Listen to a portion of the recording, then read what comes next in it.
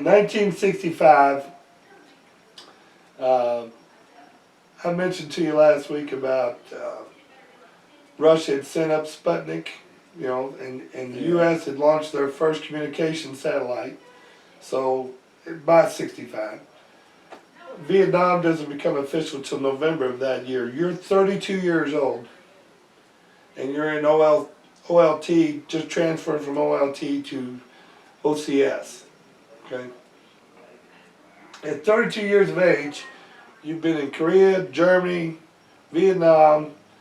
You're E7 at least by this point, and people are now you're literally coming into your own. And you, like we talked earlier, you've got a situation where I think in '65 I was. Vietnam was '68. I might have already been an E8, but go ahead. I think maybe up to E8 I about was an E8 when I was in the officer leadership training. I got promoted there, and when I went to OCS, I was in first sergeant E8. So you were E8 by then. Yeah, okay. So you've literally come into your own at this point. Is what, right. what I'm saying, and you have the uniqueness of you have close family ties. You're grounded with your family at home on base at Fort Knox. You've seen the world. You've got a broad understanding of the political / military world, like most men will never have seen or ever become to understand. And you're very proficient at running an office and running a command, right? And would you agree that you're probably top of your game at 32 years of age? I'd say I pretty well knew what job they assigned me I could do, yeah. At 32, that's an impressive statement. Right. And we were talking earlier about, you know, when I started this project, I figured it would be enlightening, I figured it'd be filling. There was just so much of who you are that'll never make this book.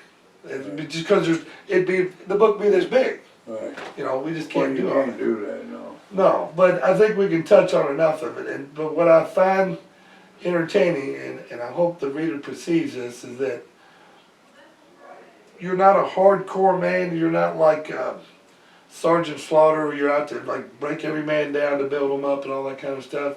You have a good balanced understanding of virtually everybody you come in contact with at this point. And you keep a good balanced approach to how to work through a problem. Before it's all said and done, before you even retire, and you've made contacts with people like Haig, you know, who was Secretary of State. You come in contact with Woolridge. You've worked with him. You worked with Doble out of the 26. I mean, these are big names. Colonel Patton, soon to be General Patton. Right. None of that ever really got into your skin and puffed you up. No, General Rawson was, he ended up being a 4-star general. And Rawson, yeah, that's another one. I was his vice president at the Association United States Army. Don't come here. Flew around with him to different, the division wasn't in one location, it was spread out in different camps. Right. So different cities and stuff, so I flew around with him for these meetings, got to know him. And when he left, he told me that, you know, if I needed to ever talk to him, give him a call. And he went to Washington to be the assistant to the Secretary of the Army on special warfare. Right. That's who got me into school when I went to Vietnam. Right, got you in, Rawson got you in to get through that special warfare school. Right. And they had a name. They had a name for that group. What they call them? Not trailblazers, but pathfinders. Yeah. Yeah. No, I was already went through pathfinding. This was the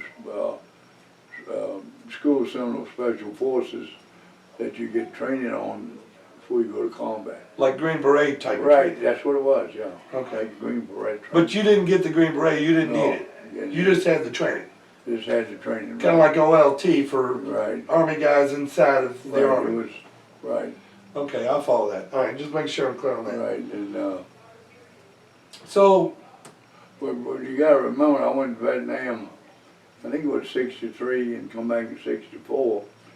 And we were advisors and the war was going on then. Right. And the only reason I mentioned it, you said it didn't come official till 65. Right. But 62 it started. It started.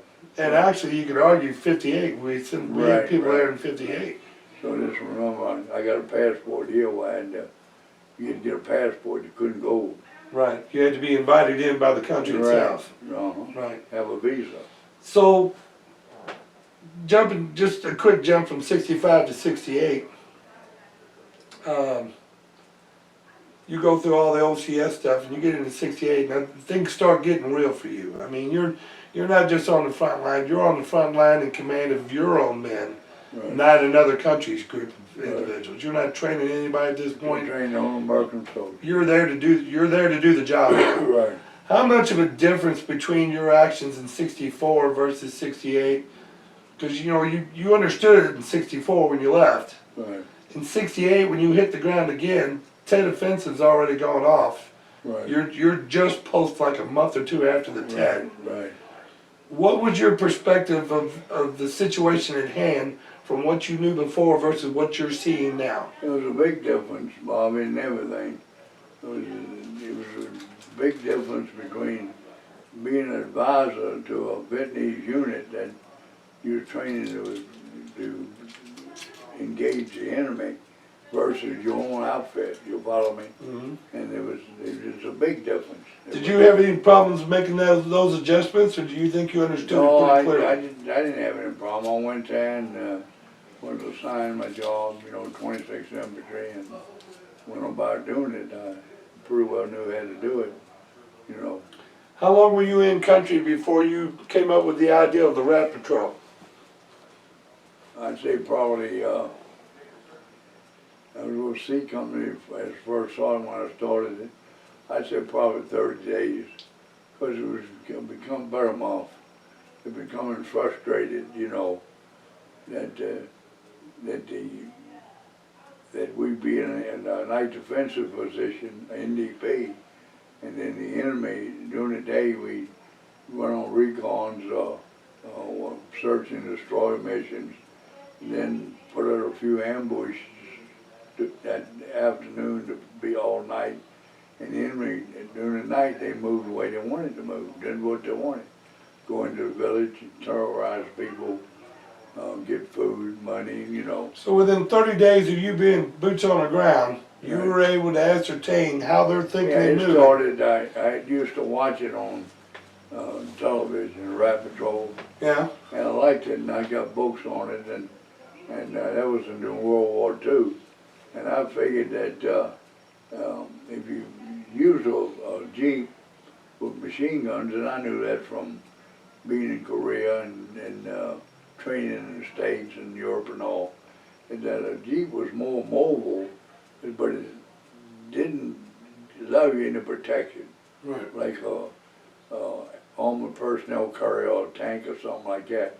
But you're talking about a different thing that makes so much noise, running and starting and moving and so forth and so on, that I figured that if you stayed mobile and had less people on a Jeep, you get 4 or 5 Jeeps and put out where they could assist one another, but be far enough apart where if one was engaged, they didn't pin down the whole unit, and you could cover more area, have more ambush sites, cover more area, and you could carry enough weapons on a Jeep that would give you a firepower of an infantry squad Yeah. on foot, because everyone had an M16, everyone had a M79 grenade launcher, everyone had 2 Claymore mines, Plus you had the big gun. right, and then you had 2 M60s mounted on the Jeep, and you had all that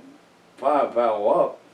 That's a lot of firepower. Right. You almost got a firepower of a platoon right there. Well, that's something that struck me as impressive Right. because in Korea you're looking at a platoon of 43 guys. All right.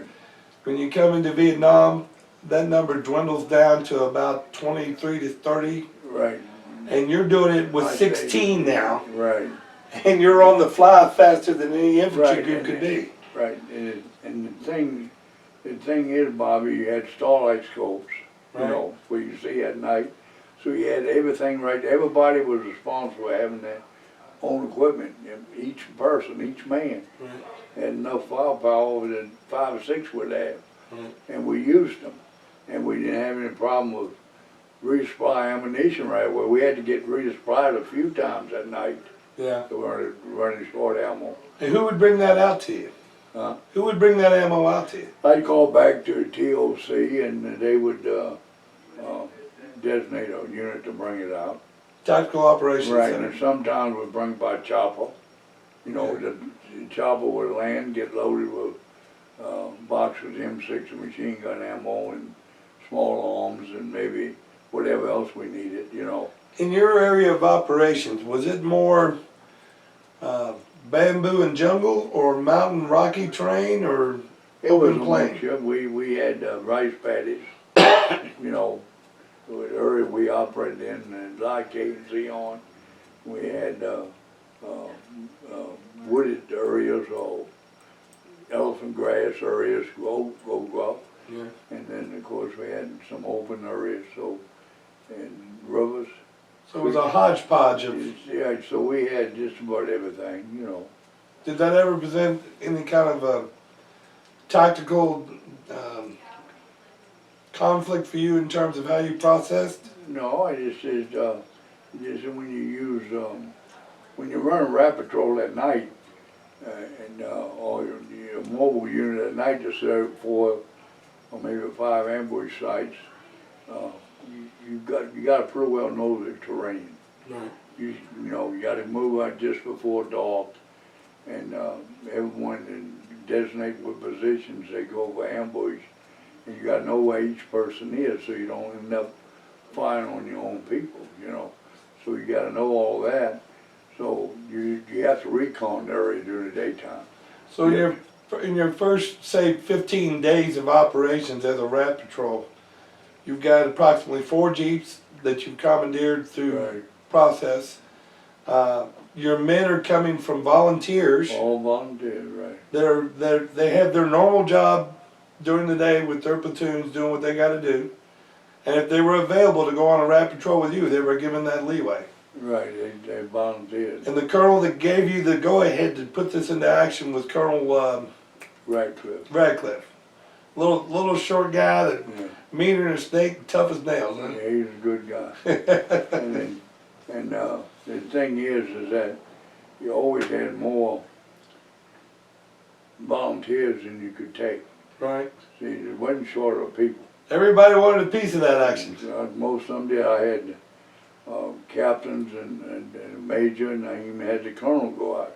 Did you have a baseline of men that were able to volunteer virtually every trip, though? Yes, that you I worked on? did headquarters people.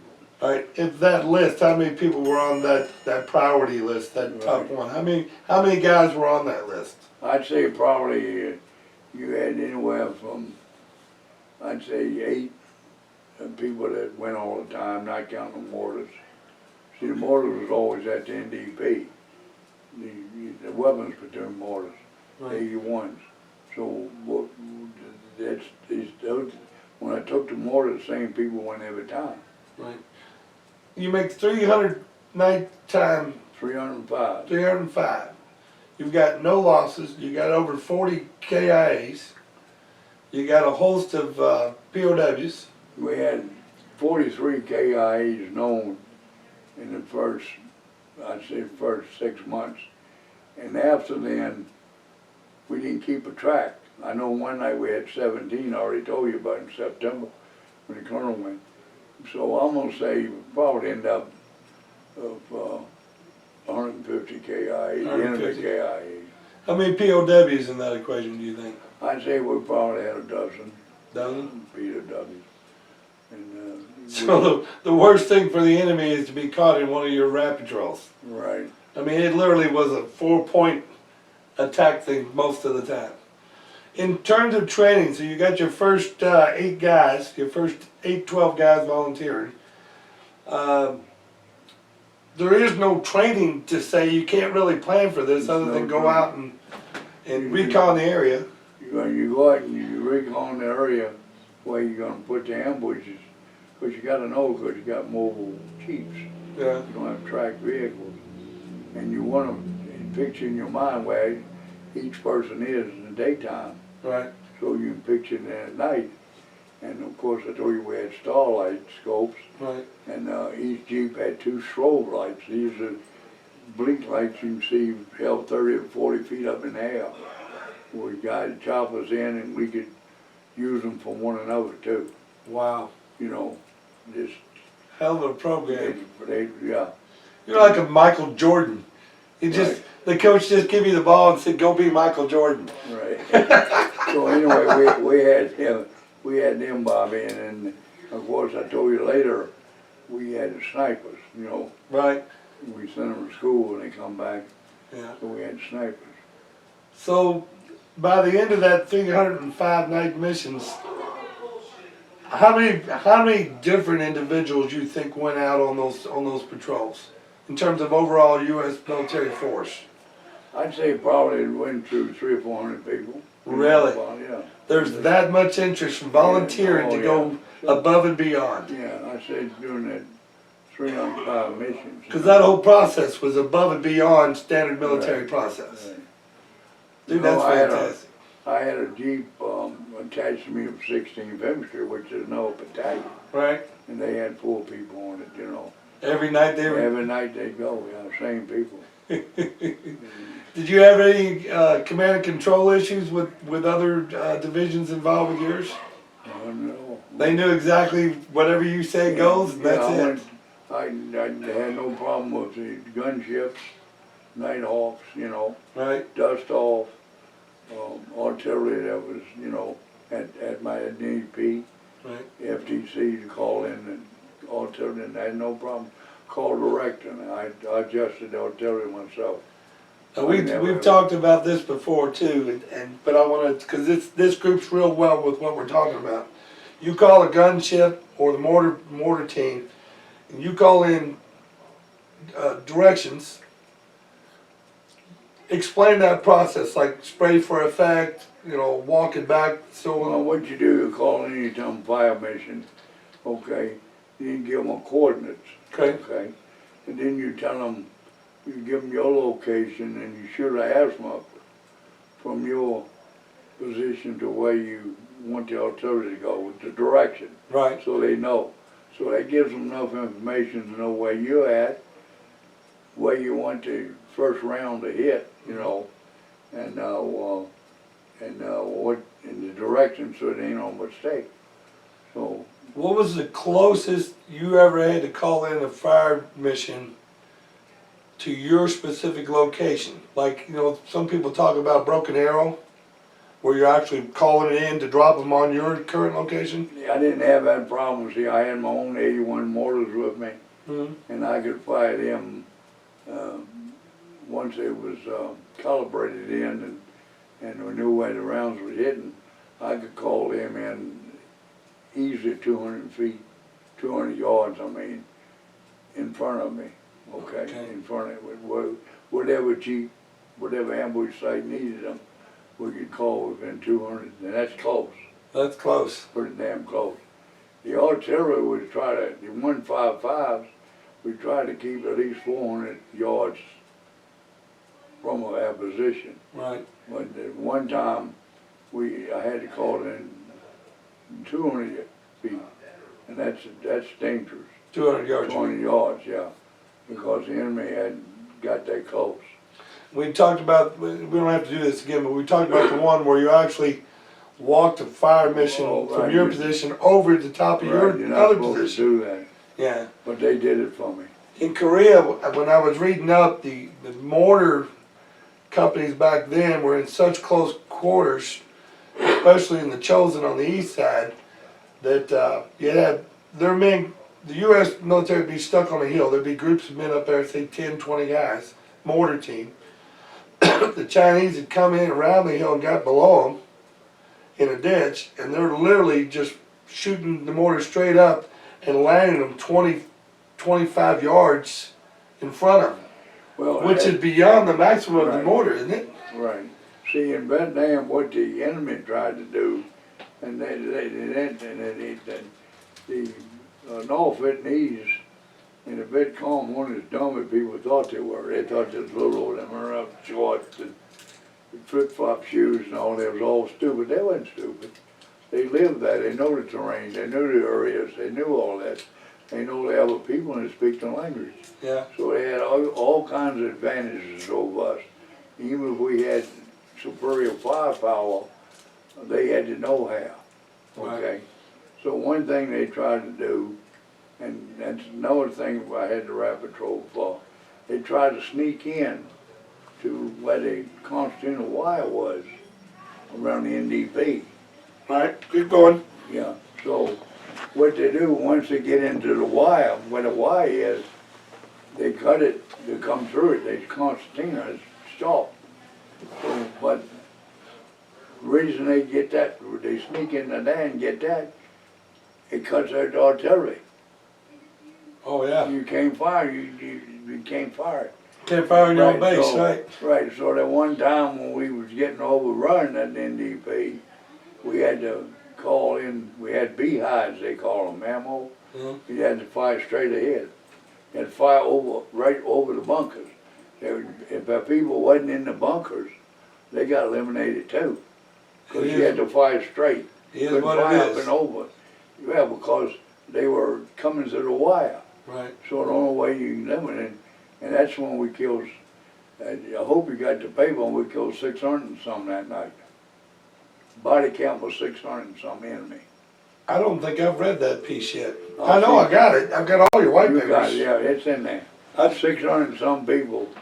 It was by body count we actually counted. And I think I told you the story where to get the engineers to come up with bulldozers Yeah. and bury them. And we went through it. I told them, go back. We had over 100 people wounded and 30 or 40 killed. So we was having medical advacs with our people.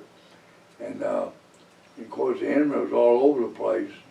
And I sent people out to check because we was missing people, MIAs, to check, make sure they didn't wound captured and got shot and laying out there somewhere among the dead. So they searched. I got you. Yeah. So they didn't bring anybody back. There were 600 some people alive. We killed them all. Wow. See, but what I was having to check for, make sure wasn't any GIs mixed in there, like a Korean or someone that had one of the the same rocks. features, right? Yeah. Because some of the enemy had a few merkin parts on, you know. Yeah, jacket. uniforms and stuff. Yeah, they captured somebody. Right. So they did that. But I had to get the bulldozers in. We had to dig a big sump hole, you know, with bulldozers. And they would put you in. Oh, they put you in charge of making that move. I directed. I really wasn't in charge. The colonel was, but I was helping out. I knew what that be That's what I'm done. saying. You're the assistant to the colonel, Right, right? that was my job, you know, Right. as sergeant major. So we had to dig a big sump hole, you know, dig the bulldozers and push the bodies in there. Wow. 600 some bodies in one hole. Um, But you leave them there 24 hours, the sun, everything, disease. Right. See, you wipe out everybody. Right. So You have to burn them as quick as you can. Right. Yeah, it wasn't like Korea. They didn't just turn into popsicles. Right, that's right. Yeah. So immediately, you had to get them buried as quick as you can, by 2 o'clock if you could. Because if not, they swell up in the sun and bugs and shit, and they Dysentery and everything They else. carry all kinds of disease. Wow. So we did that, so I was hoping that, you know, none of the MIAs, and to my knowledge it wasn't, was buried with those people. Yeah. And of course, we don't know the names of them.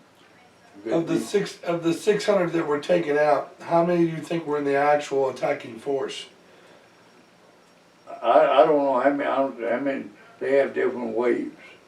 I'd say that, in my opinion, the gunships and artillery killed most of them. Okay. Okay, fine, the BIs. and the gunships we have them come right in and scrape around. How many people were inside the NDB at that point? It was an artillery battery, which is probably about 90 people. We part of the headquarters company, the cooks, medics, and Probably people another like that. 50, 60 And guys. probably had, I'd say we probably had at least one company of infantry, one of the companies, the others was our own ambush. And company size at that point for Vietnam is? I'd say about 130, Okay, supposed to have been more, but it never was. right, right. So, so they, who was there did a good job, in defending. Right. There's too many people. Waves You of got hit by a division. Yeah, that's 600 that's in your general area. That's not Right. talking about people that got injured and walked out, maybe Oh, died well, later yeah, or right. something like that. So, is it a fair assessment to say maybe 1,000 men came after you that night? That sound like a fair number? I'd say just remembering what I could, it was probably about, I'd say probably 6 battalions, probably about 5,500 people, 5,500. Yeah, I'd say that's who came in different waves, not at once. And I'd say they had the reserve. Okay. See, Yeah, half as many are sitting back right. waiting to see what the first half does. And he's not gonna, no commander's gonna waste 5,500 soldiers in one sitting. Right. It's See, just not gonna happen. you'd have to, you would have to, it's a shame that, that you can't get everything done because, if you're gonna just capture one or two, which you couldn't at that time, find out where the location was, then call in artillery gunship, you could get a lot more. And just clean You the could house. call B-52s in. Right. Now they leave a hole big as a dealership, one round. Right. 1,000 pounder. Right. Yeah. You But could call in. that leaves a divot, doesn't it? But sometimes you can't get it all done, Yeah. All right, you want to take a minute? Yes, I do. I think we did well today compared to. I think we did.